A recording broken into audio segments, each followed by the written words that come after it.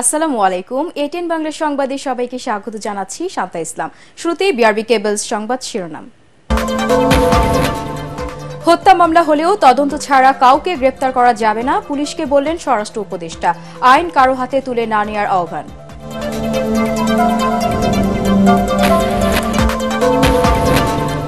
সারা দেশে সেনাবাহিনীকে ম্যাজিস্ট্রেসি ক্ষমতা দেওয়া ঠিক হয়নি, মনে করেন মির্জা ফখরুল। যেসব এলাকার পরিস্থিতি নিয়ন্ত্রণের বাইরে সেখানে ব্যবস্থা নেওয়ার পরামর্শ।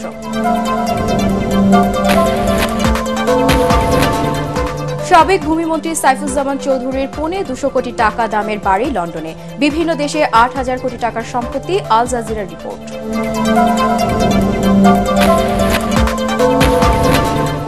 বদলে গেছে সচিবালয়, তদবিরকারীদের ভিড় নেই, প্রতিদিনই নতুন নিয়োগ, গুরুত্বপূর্ণ পদে রদবদল।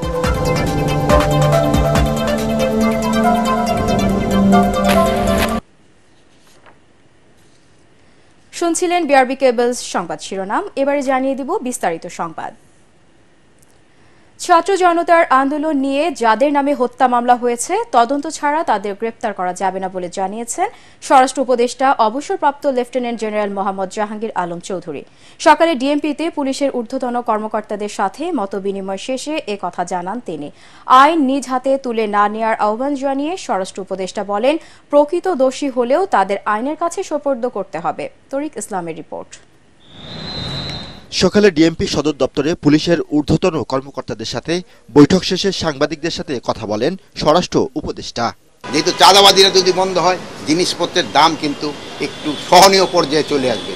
এই চাঁদাবাদী যেন না হয়, প্লাসে যে ঘুষ এবং দুর্নীতি যে পুরো আমাদের সমাজটাকেই গ্রাস করে নিচ্ছে, এটারে কিভাবে বন্ধ করা যায়, এইগুলি সম্বন্ধে তাদের সাথে আলোচনা। এ সময় তিনি বলেন, পুলিশ নয় জনগণই মামলা দায়ের করেছে, তবে তদন্ত ছাড়া কোনো আসামিকে আটক করা হবে না। শুধু যারা দোষী তাদেরই নাম দেন, অন্য কারোর নাম দেন না। অন্য কাছে নাম দিলে এটা করতে তদন্ত করতে সময়ও বেশি যাচ্ছে এবং অনেক সময় নিরীহ লোকও যেন হেনস্থা না হয়ে দিকে খেয়াল রাখবে। এই জন্য আমরা কিন্তু একটা মিডিয়াও বলে দিছি, প্লাস আপনাদের আমরা পেপারে দিয়েছি, বলছি যে সাধারণ লোক যেন হেনস্থা না হয়, ইনভেস্টিগেশন ছাড়া কাউকে অ্যারেস্ট করা হবে না। পুলিশের ভাবমূর্তি ফেরানো এবং ট্রাফিক নিয়ন্ত্রণে নির্দেশ দেওয়া হয়েছে বলেও জানান স্বরাষ্ট্র উপদেষ্টা। জনবান্ধব পুলিশ এটা যেন বাস্তবে হয়, এটা যেন কোনো কাগজ কলমে না থাকে, এইটা সম্বন্ধে আমি তাদের বলছি। ট্রাফিকের যে একটা সমস্যা হচ্ছে, এই ট্রাফিকটা আমাদের কিভাবে উন্নত করা যায় এটার ক্ষেত্রে বলা হয়েছে। এ সময় ঢাকা বিশ্ববিদ্যালয় এবং জাহাঙ্গীরনগর বিশ্ববিদ্যালয়ের ঘটনা নিয়ে দুঃখ প্রকাশ করেন তিনি। তরিক ইসলাম, এটিএন বাংলা, ঢাকা। ফরিদপুর 4 আসনের সাবেক সংসদ ও আওয়ামী লীগের প্রেসিডিয়াম সদস্য কাজী জাফরুল্লাহকে গ্রেপ্তার করেছে আইন শৃঙ্খলা রক্ষাকারী বাহিনী। রাতে তাকে গুলশান এলাকা থেকে গ্রেপ্তার করা হয়, তবে কোন মামলায় তাকে গ্রেপ্তার করা হয়েছে তা জানা যায়নি। 2001 সালের জাতীয় সংসদ নির্বাচনে আওয়ামী লীগের মনোনয়ন তৎকালীন ফরিদপুর 5 আসন থেকে সংসদ সদস্য নির্বাচিত হন কাজী জাফরুল্লাহ। পরে 2014 ও 2018 সালে ফরিদপুর 4 আসনে নৌকা প্রতীক নিয়ে স্বতন্ত্র প্রার্থী মুজিবুর রহমান চৌধুরী নিক্সনের কাছে পরাজিত হন। সবশেষ 2024 সালে নির্বাচনেও নিক্সন চৌধুরী হেরে যান আওয়ামী লীগের এই প্রেসিডিয়াম সদস্য। দেশের সব স্থানে সেনাবাহিনীকে ম্যাজিস্ট্রেসি ক্ষমতা দেওয়া ঠিক হয়নি বলে মন্তব্য করেছেন বিএনপির মহাসচিব মির্জা ফখরুল ইসলাম আলমগীর। তিনি আরও বলেন, যে সমস্ত এলাকা নিয়ন্ত্রণের বাহিরে চলে গেছে সেখানেই ওই ক্ষমতা প্রয়োগ করা উচিত। বিষয়টি পুনর্বিবেচনা করার আহ্বানও জানান বিএনপি মহাসচিব। ঠাকুরগাঁও প্রেস ক্লাবে ছাত্র জনতার আন্দোলনে নিহতের পরিবার ও আহতদের সঙ্গে সাক্ষাৎ এবং আর্থিক সহযোগিতা বিতরণের সময় এসব কথা বলেন তিনি। আগে সরকারের সব জঞ্জাল পরিষ্কার করে অংশগ্রহণমূলক নির্বাচনের ব্যবস্থা দ্রুত করার দাবিও জানান বিএনপির মহাসচিব। বিএনপির মহাসচিব মির্জা ফখরুল ইসলাম আলমগীর তার দলের পক্ষ থেকে জেলায় ছাত্র জনতার আন্দোলনে নিহত 4 জন ও আহত 43 জনের হাতে নগদ মোট 15 লাখ টাকা তুলে দেন। সেনাবাহিনীকে ম্যাজিস্ট্রেট পাওয়ার দেওয়া হয়েছে। ম্যাজিস্ট্রেসি পাওয়ার আমি মনে করি যে সেই সমস্ত এলাকাতে দেওয়া দরকার, যে সমস্ত এলাকাতে নিয়ন্ত্রণের বাইরে চলে গেছে। কিন্তু যে সমস্ত এলাকাতে মিলপুর আছে, শান্তিপূর্ণ আছে, যেখানে রাজনৈতিক নেতা কর্মীরাই সমস্ত বিষয়গুলোকে নিয়ন্ত্রণ করছেন, সেইখানে এই ম্যাজিস্ট্রেসি পাওয়ার দেওয়ার নতুন সমস্যা তৈরি করা সমীচীন হবে না, বুদ্ধিমানের কাজ হবে না। রাজধানীর কোতোয়ালি থানায় বৈদেশিক মুদ্রার অবৈধ লেনদেনের মামলায় সাবেক প্রধানমন্ত্রী শেখ হাসিনার বেসরকারি শিল্প ও বিনিয়োগ উপদেষ্টা সালমান এফ রহমান এবং সাবেক আইনমন্ত্রী আনিসুল হকের 5 দিনের রিমান্ড মঞ্জুর করেছে আদালত। সকালে ঢাকার মেট্রোপলিটন ম্যাজিস্ট্রেট আরিফুর রহমান এই আদেশ দেন। এই মামলায় তাদের 7 দিনের রিমান্ড চায় পুলিশ। গত 13 আগস্ট আওয়ামী লীগ সরকারের প্রভাবশালী এই দুই নেতাকে সদরঘাট থেকে গ্রেপ্তার করা হয়। এ সময় তাদের কাছ থেকে বিপুল পরিমাণ বৈদেশিক মুদ্রা উদ্ধার করা হয়, যার বৈধ কাগজপত্র দেখাতে পারেননি তারা। পরে কোতোয়ালি থানায় বৈদেশিক মুদ্রার অবৈধ লেনদেনের মামলাটি করে নিউ মার্কেট থানা পুলিশ।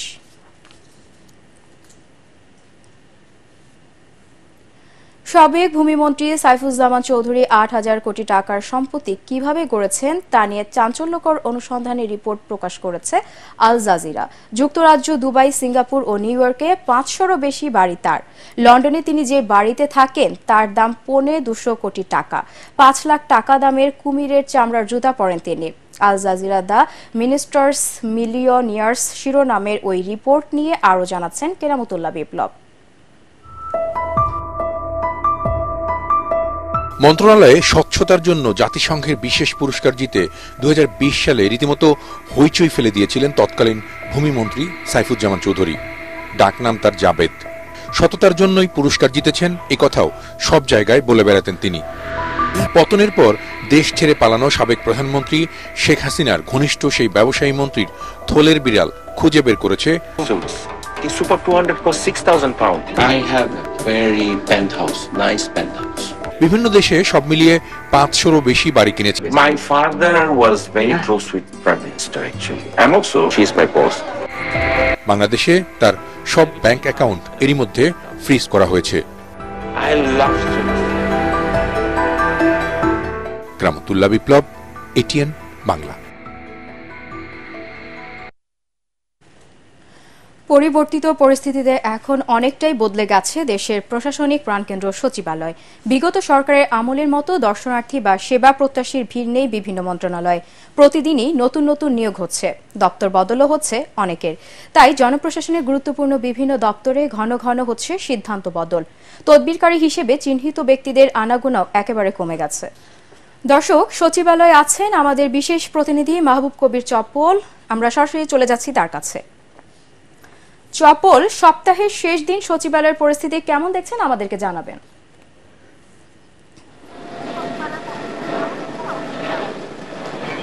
শান্তা, নতুন সরকার দায়িত্ব নেবার 1.5 মাস পার হয়েছে। এর মধ্যে সচিবালয়ে আমরা অনেকগুলো পরিবর্তন দেখতে পেয়েছি। আগে যেমনটা রাজনৈতিক সরকার যখন ছিল তখন মন্ত্রী, এমপি, বিভিন্ন স্তরের নানা ধরনের মানুষ এখানে আসতেন। মূলত যারা আসতেন তাদের বেশিরভাগই আসতেন কিন্তু নানা ধরনের তদবির এবং নিজস্ব কাজ করবার জন্য। এখনও একবারে যে তদবির বন্ধ হয়েছে এমনটা নয়, তবে আগের চেয়ে কমেছে। তবে আমরা বিভিন্ন মন্ত্রণালয়ে কথা বলে যেটি জেনেছি, উপদেষ্টাদের দপ্তরে কথা বলে যেটি জেনেছি যে আগে যে তদবিরের যে পদ্ধতিটা ছিল সেখান থেকে কিছুটা পরিবর্তন হয়েছে। অর্থাৎ এখন অনেকে তদবির করতে আসছেন, সেটি হচ্ছে শিক্ষার্থীদের মাধ্যমে, সমন্বয়কদের মাধ্যমে তারা উপদেষ্টা কিংবা মন্ত্রণালয়ের যারা সচিব আছেন তাদেরকে তদবির করবার চেষ্টা করছেন। তবে দপ্তরগুলো থেকে সাফ জানিয়ে দেওয়া হয়েছে যে এই সরকারের সময় রাজনৈতিকভাবে আগে যে তদবিরগুলো করা হতো সেগুলো একেবারে বন্ধ করে দেওয়া হয়েছে। এর মধ্যে শ্রম উপদেষ্টা তিনি ফেসবুকেও জানিয়েছেন যে তার কাছে যে 50 জন মানুষ সচিবালয়ে আসেন তার মধ্যে 48 জনে কিন্তু বিভিন্ন ধরনের তদবির নিয়ে আসছেন এবং তিনি এটি নিয়ে খুব বিরক্তি এবং এ ধরনের কর্মকাণ্ড যাতে না করা হয় সেজন্য তিনি সবার প্রতি আহ্বান জানিয়েছেন। আর সচিবালয়ে আগে আমরা যেমনটি দেখলাম যে প্রচুর গাড়ির চাপ, এখনও গাড়ির চাপ আছে, তবে আগের মতো গাড়ির চাপ এখন নেই, যেহেতু অনেকেই এখন এভাবে আগের মতো আসছে না। তবে যেহেতু উপসচিব পর্যন্ত গাড়ি দেওয়া হয়েছে সে কারণে কিন্তু সচিবদের তাদের নিজস্ব গাড়িগুলোর সংখ্যায় এখন বেড়েছে। তবে সবচেয়ে বড় যে বিষয়টি দেখেছিলাম প্রথম দিকে দায়িত্ব নেবার পর, প্রথম দিকে এই প্রশাসনিক কার্যক্রমে যে বিশৃঙ্খলা ছিল, যে স্থিতিশীলতা ছিল, যে স্থবিরতা ছিল, সেটি অনেকটা কাটিয়ে ওঠা শুরু হয়েছে। আমরা আগে দেখেছি যে গত 15 বছরে যেসব কর্মকর্তা বা কর্মচারী বিভিন্নভাবে সুবিধা নিয়েছেন বা নিয়োগ পেয়েছেন তাদের মধ্যে একটা অস্থিরতা ছিল, আতঙ্ক ছিল। কারণ গত 15-16 বছরে যারা বঞ্চিত হয়েছিলেন বিভিন্ন রাজনৈতিক কারণ বা বিভিন্ন কারণে, তারা কিন্তু পরবর্তীতে ফুঁসে উঠেছিলেন। সে কারণে একই দপ্তরে বিভিন্নভাবে যারা কাজ করছিলেন তাদের মধ্যে একটা আতঙ্ক ছড়িয়েছিল। আমরা এমনও দেখেছি যে ও সচিব পদমর্যাদার বা তার চেয়েও নিচের পদমর্যাদার কর্মকর্তারাও কিন্তু লাঞ্ছিত হয়েছে, যেটি ডিসি নিয়োগকে কেন্দ্র করে একবারে যুগ্ম সচিব পদমর্যাদার কর্মকর্তাকেও কিন্তু লাঞ্ছিত করা হয়েছে। এ কারণেই ওই পদগুলোতে যারা বসেছিলেন, দায়িত্বশীল পদে যারা ছিলেন, তাদের কিন্তু একটা আতঙ্ক ছিল, সেটিও ধীরে ধীরে কেটে যাচ্ছে। কারণ বিভিন্ন জায়গাতে যারা এতদিন বঞ্চিত হয়েছিলেন বলে অভিযোগ ছিল, তাদেরকে পদায়ন করা হচ্ছে। অনেক সচিব আছেন যাদেরকে মেয়াদ শেষ হবার আগেই ওএসডি করে জনপ্রশাসন মন্ত্রণালয়ে ন্যস্ত করা হয়েছে, সেগুলোতেও নতুন সচিব দেওয়া হয়েছে এবং 5 জন সচিবকে কিন্তু চুক্তিভিত্তিক নিয়োগ দিয়ে তাদেরকে সিনিয়র সচিবের দায়িত্ব দেওয়া হয়েছে। সবকিছু মিলিয়ে এই সরকার চাচ্ছে যে একটা গতিশীল প্রশাসন তৈরি করবার জন্য। আর সচিবালয়ে গতকাল থেকে নতুন যে বিষয়টি সবচেয়ে বেশি আলোচনা হচ্ছে এবং দেশ জুড়ে আলোচনা হচ্ছে, সেটি হচ্ছে যে সরকারি চাকরিতে প্রবেশে যে বয়স বাড়ানোর দাবি দীর্ঘদিন থেকে করে আসছিলেন শিক্ষার্থীরা, সেটির প্রেক্ষিতে একটা চিঠি দেওয়া হয়েছে অ্যাডমিনিস্ট্রেশন সার্ভিস থেকে যে মন্ত্রিপরিষদ বিভাগে বয়স যাতে 35 করা হয় চাকরিতে প্রবেশের এবং অবসরের বয়স যাতে 65 করা হয়, সেটি কিন্তু এখন বড় দাগে আলোচনা চলছে। জনপ্রশাসন মন্ত্রণালয় বিষয়টি নিয়ে কাজ করছেন। যেহেতু এটির জন্য প্রধান উপদেষ্টার একটা অনুমোদন বা অনুশাসন প্রয়োজন, সেজন্য তারা অপেক্ষা করছেন। পাশাপাশি যদি যারা এখন চাকরি করছেন তাদের বয়স 3 বা 5 বছর বাড়ানো হয়, তাহলে সরকারের যে ব্যয় সেটিও কিন্তু বেড়ে যাবে। সে ব্যয় কিভাবে মেটানো হবে সেটি নিয়েও নানা ধরনের যাচাই বাছাই চলছে। আমরা যতটুকু বিশ্বস্ত সূত্র থেকে যতটুকু জানতে পেরেছি যে সরকারি চাকরিতে প্রবেশের বয়স হয়তো 5 বছর না বাড়ালেও 3 বছর, 2 থেকে 3 বছর বাড়ানোর জন্য একটা নীতিগত সিদ্ধান্ত হয়েছে। যদি শেষ পর্যন্ত এই সুপারিশটি প্রধান উপদেষ্টা বা উপদেষ্টা পরিষদে গ্রহণ হয়, তাহলে কিন্তু একটা প্রজ্ঞাপন দিয়ে এই দীর্ঘদিনের যে দাবি সেটি হয়তো সরকার মেনে নেবে। তাহলে এতদিন থেকে যারা আন্দোলন করছেন তারাও একটা স্বস্তির মধ্যে আসবেন। সবকিছু মিলিয়ে বলা যায় যে বাংলাদেশের প্রশাসনের সর্বোচ্চ যে কেন্দ্র সচিবালয় ধীরে ধীরে আগের অবস্থা ফিরে যাচ্ছে এবং জনগণের প্রত্যাশাও যেখানে লবিং তদবির বাদ দিয়ে যাতে জনকল্যাণে কাজ করা হয়। শান্তাই ছিল আমার কাছে এখানকার সর্বশেষ পরিস্থিতি। চপল, আপনাকে ধন্যবাদ। স্বৈরাচার পতনের সুফল পেতে সময় নষ্ট না করে অন্তর্বর্তী সরকারকে দ্রুত নির্বাচন দেওয়ার আহ্বান জানিয়েছেন বিএনপির ভাইস চেয়ারম্যান শামসুজ্জামান টুটু। গণহত্যাকারী শেখ হাসিনা ও তার দোসরদের বিচারের দাবিতে জাতীয় প্রেসক্লাবের সামনে সমাবেশ তিনি বলেন, গণতন্ত্র ও মানুষের অধিকার প্রতিষ্ঠার সম্ভাবনাকে নষ্ট হতে দেওয়া যাবে না। তিনি বলেন, দ্রুত একটি ভালো নির্বাচন করাই সরকারের মূল লক্ষ্য হতে হবে। বিএনপি নেতারা বলেন, গণহত্যার আসামি শেখ হাসিনাকে আশ্রয় দিয়ে ভারত বাংলাদেশের মানুষের বন্ধু হতে পারবে না।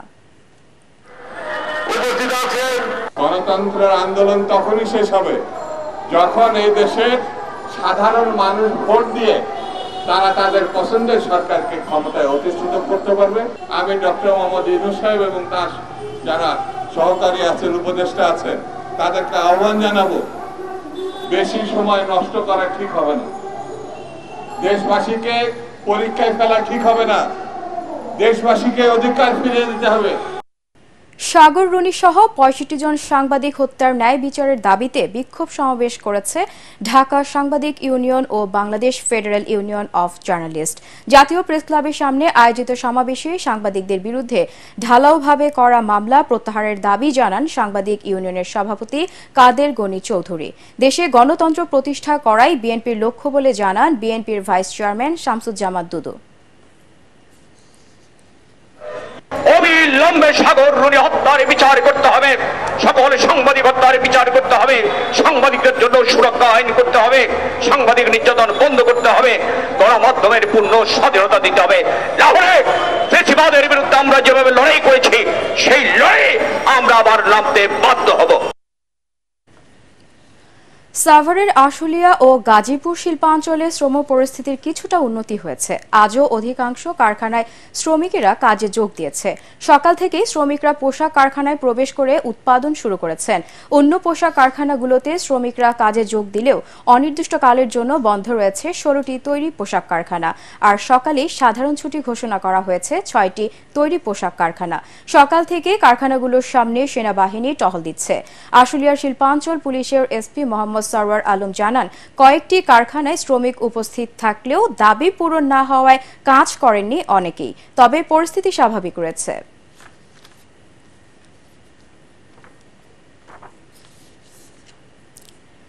মিরপুর ১ নম্বরের শাহ আলী মার্কেটের সড়কে অবৈধ দোকান উচ্ছেদ অভিযান করেছে ট্রাফিক বিভাগ।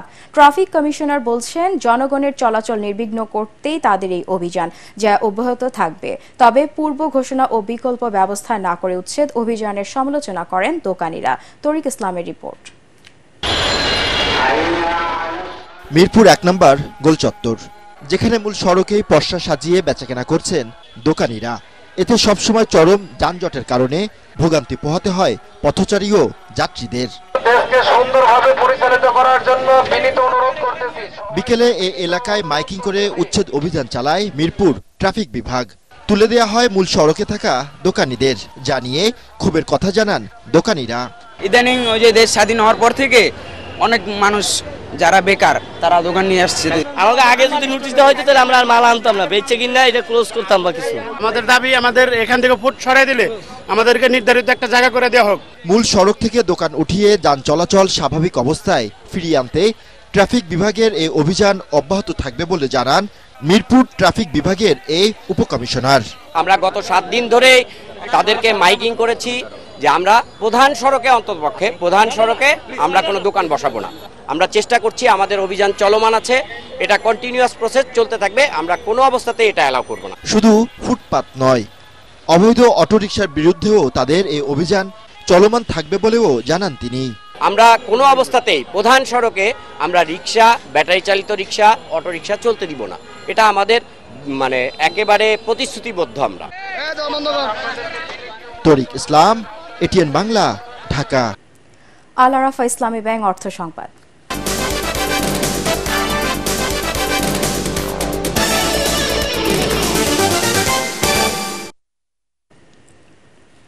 বাংলাদেশের ব্যাংকিং খাত শক্তিশালী করা এবং গ্রাহকদের আস্থা ফেরাতে কারিগরি সহায়তা দেবে বলে জানিয়েছেন বিশ্ব ব্যাংকের দক্ষিণ এশিয়া অঞ্চলের ভাইস প্রেসিডেন্ট মার্টিন রাইজার।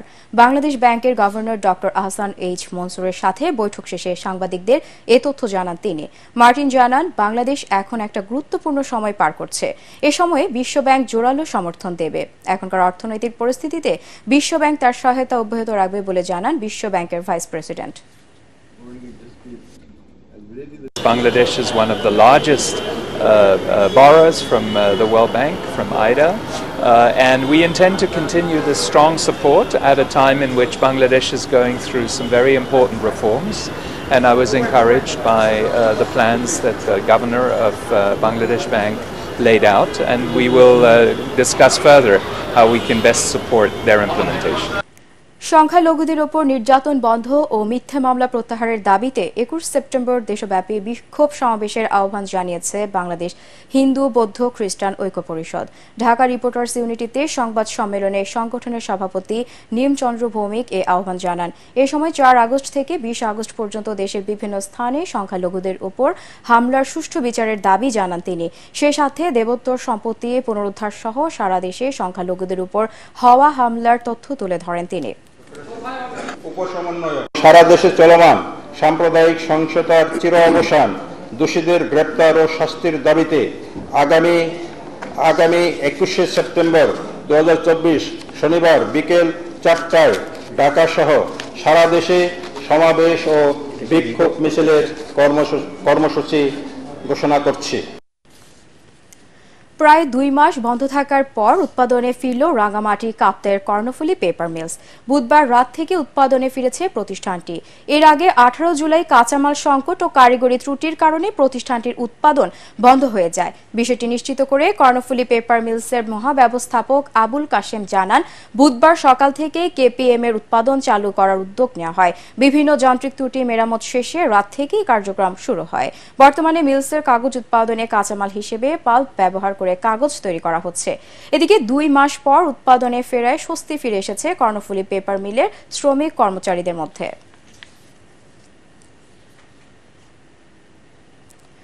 রাজধানীর কাছেই সাভার, আশুলিয়া ও ধামরাইয়ের বিভিন্ন বিলে এখন লাল শাপলার সমারোহ, যা বিলের সৌন্দর্য বাড়িয়ে দিয়েছে কয়েক গুণ।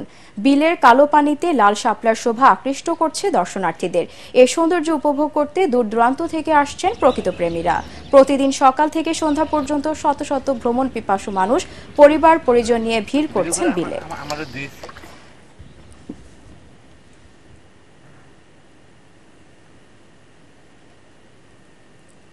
পার্টেক্স খেলার খবর।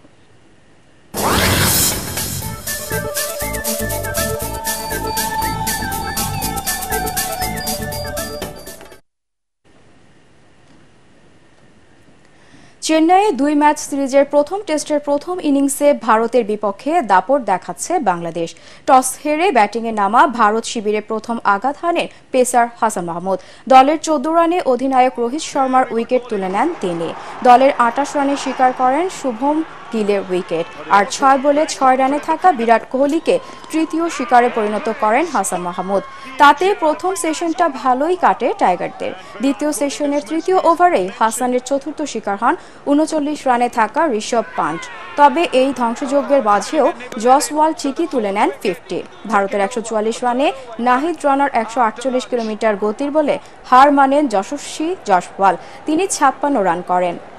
এর আগে টস জিতে ভারতকে ব্যাটিংয়ে আমন্ত্রণ জানান বাংলাদেশ দলের অধিনায়ক নাজমুল হোসেন শান্ত। শেষ খবর পাওয়া পর্যন্ত ভারতের সংগ্রহ 6 উইকেট 169 রান। দুইবার এগিয়ে গিয়েও মেজর লিগ সকারের ম্যাচ আটলান্টা ইউনাইটেডের সঙ্গে 2-2 গোলে ড্র করেছে লিওনেল মেসির দল ইন্টার মায়ামি। আটলান্টার মার্সিডিজ বেঞ্চ স্টেডিয়ামে খেলার 29 মিনিটে মিডফিল্ডার দাভিদ রুইজের গোলে এগিয়ে থেকে বিরতিতে যায় মায়ামি।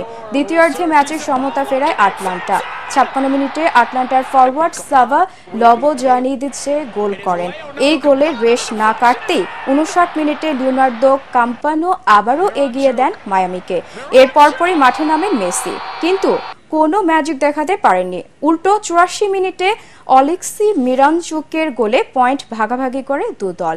এই ড্রতেও পয়েন্ট টেবিলের শীর্ষে আছেন মেসিরা। শেষ করার আগে বিআরবি কেবল সংবাদ শিরোনাম আরও একবার। হত্যা মামলা হলেও তদন্ত ছাড়া কাউকে গ্রেপ্তার করা যাবে না, পুলিশকে বললেন স্বরাষ্ট্র উপদেষ্টা। আইন কারো হাতে তুলে না দেওয়ার আহ্বান।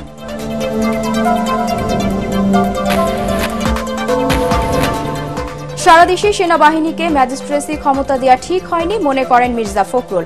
যেসব এলাকার পরিস্থিতি নিয়ন্ত্রণের বাইরে সেখানেই ব্যবস্থা নেওয়ার পরামর্শ। সাবেক ভূমিমন্ত্রী সাইফুজ্জামান চৌধুরীর পৌনে 200 কোটি টাকা দামের বাড়ি লন্ডনে, বিভিন্ন দেশে 8,000 কোটি টাকার সম্পত্তি। আল জাজিরার রিপোর্ট।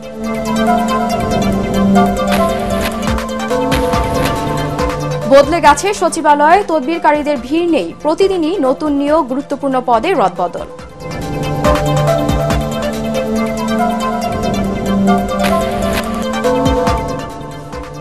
পরবর্তী সংবাদ দেখার আমন্ত্রণ জানিয়ে এখনকার মতো শেষ করছি। এটিএন বাংলার সংবাদ ইউটিউবে দেখতে ব্রাউজ করুন youtube/ATN Bangla News। ধন্যবাদ।